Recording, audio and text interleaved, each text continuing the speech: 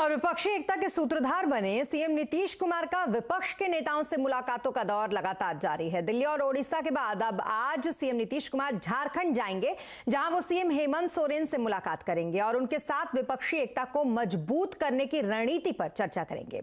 पिछले दिनों जेडीयू की तरफ से ललन सिंह ने रांची जाकर सीएम हेमंत सोरेन से मुलाकात की थी, तो वहीं नीतीश ने इससे पहले विपक्षी एकता की रणनीति पर चर्चा करने के लिए ओडिशा वो गए, जहां उन्होंने मुख्यमंत्री नवीन पटनायक से मुलाकात की थी।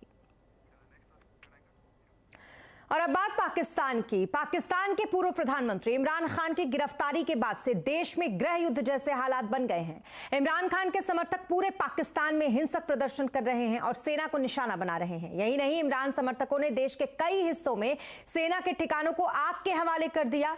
पाकिस्तानी सेना के मुख्यालय पर भी इमरान खान के समर्थक घुस गए और उसमें तोड़फोड़ की। हालांकि इस विरोध को कुचलने में सेना भी पीछे नहीं है। सेना ने भी रात भर जमकर फायरिंग की है, जिसमें कई लोगों के घायल होने की खबर है। तो वहीं पाकिस्तान में जारी हिंसा के बीच इमरान खान को कोर्ट में पेश किया गया, जहां एनएबी ने उनकी 14 दिनों की रिमांड मांगी है। अगर आप किसी कंपनी को किराए पर ऑफिस देना या फिर कंपनी को नॉमिनी शेयर होल्डर बनाने की आप सोच रहे हैं, तो थोड़ा सावधान हो जाए। अगर कंपनी में मनी लॉन्ड्रिंग कंपनी करती पाई गई तो आप भी साथ में गुनहगार हो सकते हैं, क्योंकि सरकार ने मनी लॉन्ड्रिंग कानून का दायरा बढ़ा दिया है। पूरी खबर जानने के लिए चलते हैं लक्ष्मण जी के पास। लक्ष्मण जी, क्या बदलाव हुए हैं इस कानून में?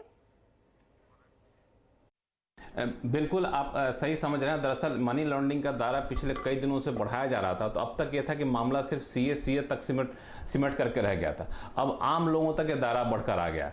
अब कल देर रात में जो नोटिफिकेशन जारी किया गया है, उसमें साफ तौर से कहा गया है कि 5 नई तरह की एक्टिविटी है जिसको मनी लॉन्ड्रिंग के दायरे में शामिल किया गया है। उसमें से सबसे काम की और सबसे ज़्यादा जिसका आम लोगों का नाता रिश्ता है वो है किराएदार और मकान मालिक।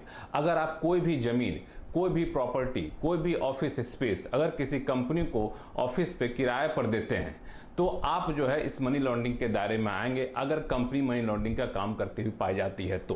हालांकि इसमें एक छूट दी गई है। छूट ये दी गई है कि अगर कंपनी के साथ आपने कोई लीज एग्रीमेंट किया है, उस लीज एग्रीमेंट के तहत कंपनी आपको जो किराया देती है, वो किराया अगर कंपनी टीडीएस काट करके देती है, तब आपको मकान मालिक होने के नाते या फिर प्रॉपर्टी के मालिक होने के नाते यहाँ पे राहत मिलती हुई दिखेगी।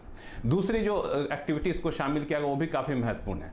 अगर आप कंपनी फॉर्मेशन एजेंट हैं, कंपनी को बनाने में एजेंट की भूमिका आप निभा रहे हैं, आगे चल के कंपनी मनी लॉन्ड्रिंग के दायरे में आती है, तो भी आप मनी लॉन्ड्रिंग के दायरे में आएंगे फॉर्मेशन एजेंट के तौर पर। अगर आप ट्रस्टी हैं या फिर ट्रस्टी बनाने में भूमिका निभा रहे हैं, इसी तरीके से कंपनी के डायरेक्टर हैं या कंपनी के डायरेक्टर बनाने में भूमिका निभा रहे हैं, तो भी आप इसके दायरे में शामिल हो जाएंगे। हालांकि इसके लिए कुछ अपवाद दिए गए हैं किस किस हालात में आपको राहत मिलेगी, लेकिन यह है कि अब सरकार मनी लॉन्ड्रिंग के मामले में काफी ज्यादा सख्त होने जा रही है। किसी भी अप्रत्यक्ष तौर पर मनी लॉन्ड्रिंग करने वालों को किसी भी कीमत पर नहीं बख्शना चाहती है। बहुत शुक्रिया तमाम डिटेल्स के लिए आपका लक्ष्मण जी। और यहाँ रुकेंगे एक छोटे से ब्रेक के लिए, लेकिन जल्द होंगे हाजिर। आप बने रहे हमारे साथ।